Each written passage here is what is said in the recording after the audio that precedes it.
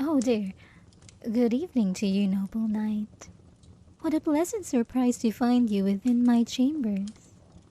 To what do I owe the honor of your presence at this hour? It is just rather unusual. You typically seek an audience with me during the morning, when the castle is alive with activity. Yet here you are, slipping into my quarters under the veil of night. Tell me, what weighs so heavily upon your mind that you felt compelled to seek me out in such a manner? Is it perhaps a desire for a bit of amusement? A problem, you say? How unfortunate indeed. I can see the strain in your eyes. Is this matter related to the new recruits? Have they been testing your patience? I must say, as one of higher rank, it is well within your power to assert authority over them. You should have little trouble bringing them into line. They refuse to heed your commands. Let me guess. It's because of the rumors circulating within these walls, isn't it? Ah, I see. And does it wound your pride, my loyal knight? Is it not true, however, that you are my most devoted servant? That you follow my every command without question? That you, like a faithful hound, seek only my favor and attention? These rumors, though perhaps spoken in jest, are not entirely without merit. You should wear them as a badge of honor. After all, it is my favor you possess, my trust you have earned. Does that not distinguish you from all others? Should you not take pride in the fact that I have chosen you to serve so closely by my side? Shouldn't those rumors be enough fuel for you to assert dominance? To show them that their words are baseless, their slander nothing more than a tarnish upon my good name? Have you not defended me, my dear knight? Oh, I certainly hope you have, for it would be most disappointing if you had not. Wouldn't you agree? Ah, you have defended me, and yet they persist in speaking ill of me through you. Oh, such insolence indeed, such foul tongues they have. I thank you for bringing these matters to my attention. While you may not be their direct commander, and thus hold little sway over their conduct, perhaps it is time we make an example of their leader. If he cannot keep his soldiers in line, then perhaps he is unfit to lead. I shall see to it that this situation is rectified. But I must confess, seeing you bring these transgressions to my attention is somewhat unexpected. You who once stood so stoically, so filled with pride and honor. When you first arrived at the castle, you were a bastion of strength, unwavering in your commitment to justice. I remember our first meeting well. You were nervous, yet courteous, standing tall but avoiding my gaze. It was quite endearing, really. There was something about you that stirred something within me, a desire to shield you from the world's cruelty. Perhaps it was your voice, soft yet resolute, or the way you spoke with such conviction. Or maybe it was the sight of you, your sweat glistening on that handsome face of yours, that made me decide then and there that you were to be mine. So I made it my mission to watch over you, to keep you close. You were bullied, yet you never reported it to your commander. You believed that by ignoring it, by showing them you did not care, they would eventually cease. But that was not enough, was it? They treated you poorly and sought to break your spirit. Oh, how naive you were then. That is why I intervened. I could not stand by and allow my future loyal knight to suffer. I had to protect that beautiful face of yours, that spirit that shone so brightly. I made sure you were always comfortable, that you received the treatment you deserved. I silenced those who sought to harm you, ensuring they knew the consequences of crossing you. And in time, they left you alone, didn't they? Allowing you to focus on your training, to grow into the formidable knight you are today. So when you finally realized that you were receiving special treatment from me, the look on your face was nothing short of priceless. You were so furious, so indignant, yet bound by the knowledge of our respective positions, you couldn't truly express that anger towards me.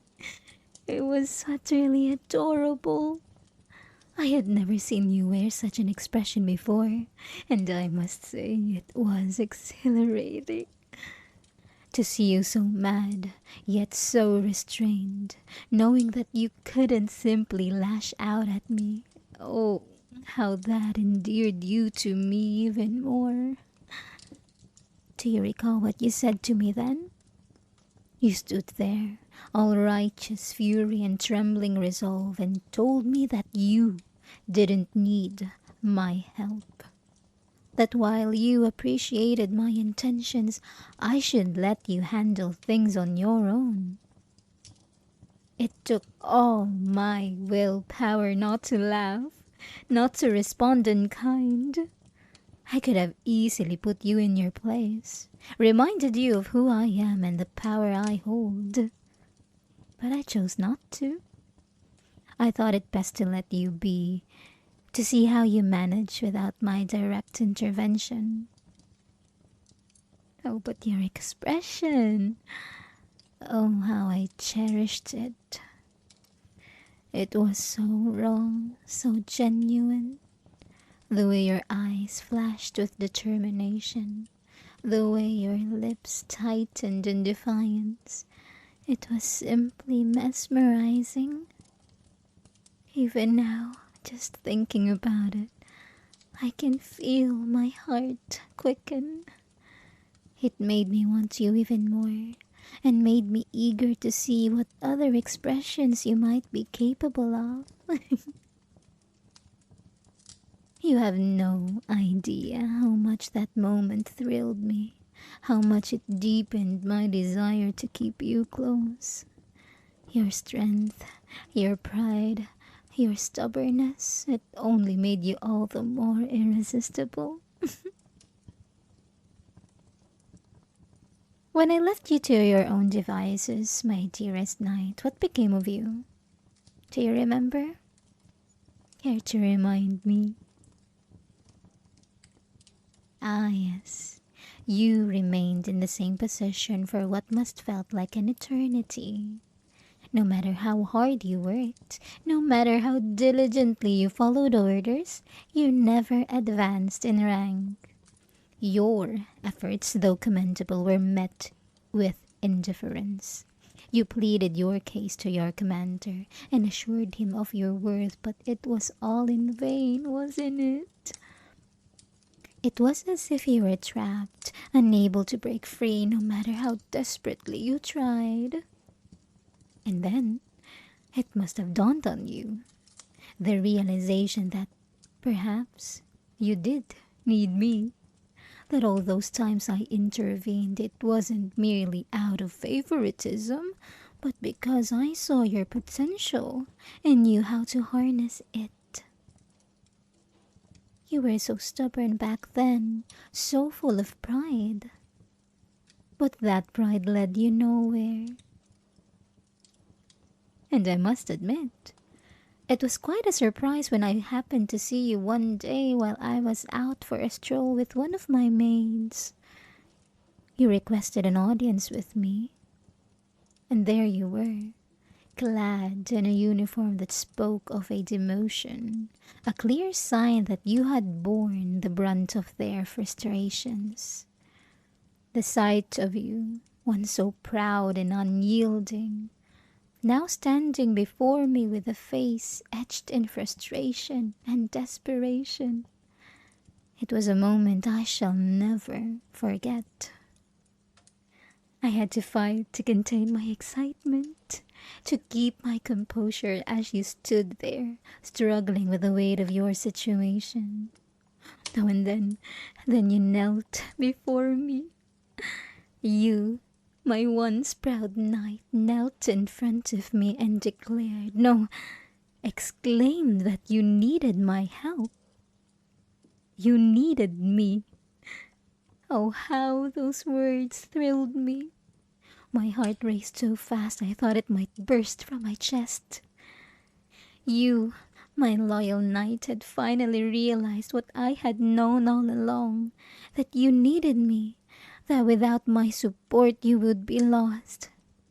It was a moment of pure satisfaction, knowing that the truth had finally dawned on you, that you had come to understand your place, and that I alone could lift you out of the darkness you found yourself in. And now, a few months later, here you stand, basking in the fruits of your labor, with a little help from me, of course. Isn't it delightful? We both got exactly what we wanted.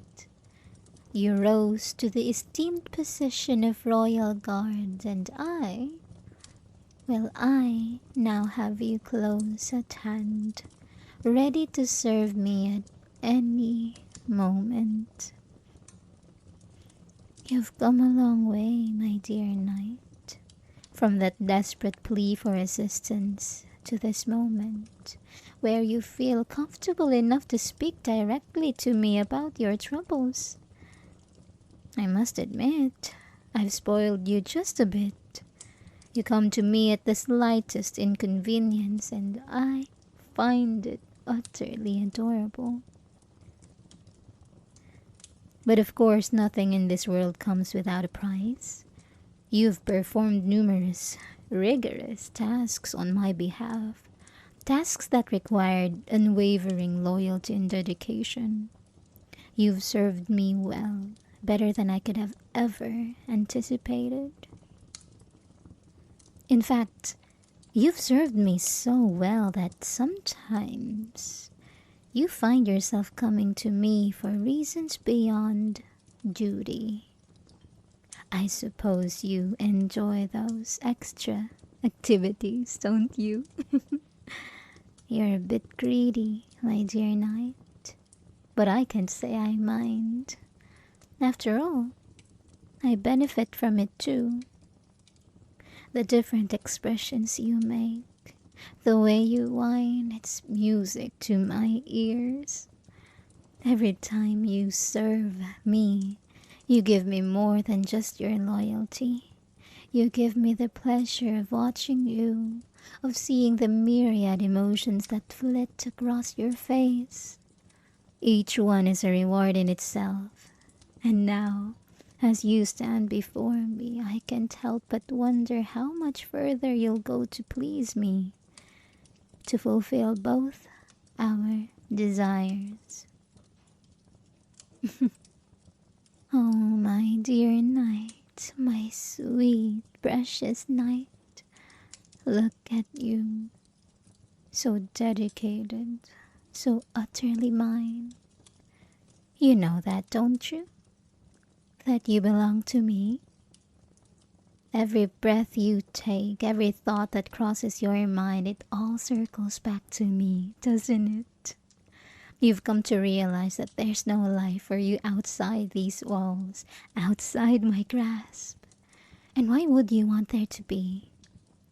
Out there, beyond the safety of my protection, lies a world that doesn't appreciate you. They don't understand your worth. Only I do. Only I ever will. You see, from the moment you knelt before me, from that first desperate plea for my help, you sealed your fate. You became mine in that very instant. And I must say, you fill that role beautifully. No longer do you struggle in vain. Now you find purpose in serving me, in being near me, in pleasing me. It's as if you were meant for this, destined to be by my side. I've watched you grow, watched you evolve from a stubborn, prideful soldier into the perfect servant. My servant. And now there's no turning back. You might think you have some semblance of control, but deep down, you know the truth. You belong to me and you always will. The very idea of you leaving me, of serving anyone else, it's unthinkable. It would be a betrayal not just to me but to yourself. Because who else could ever understand you the way I do? Who else could ever give you what I do?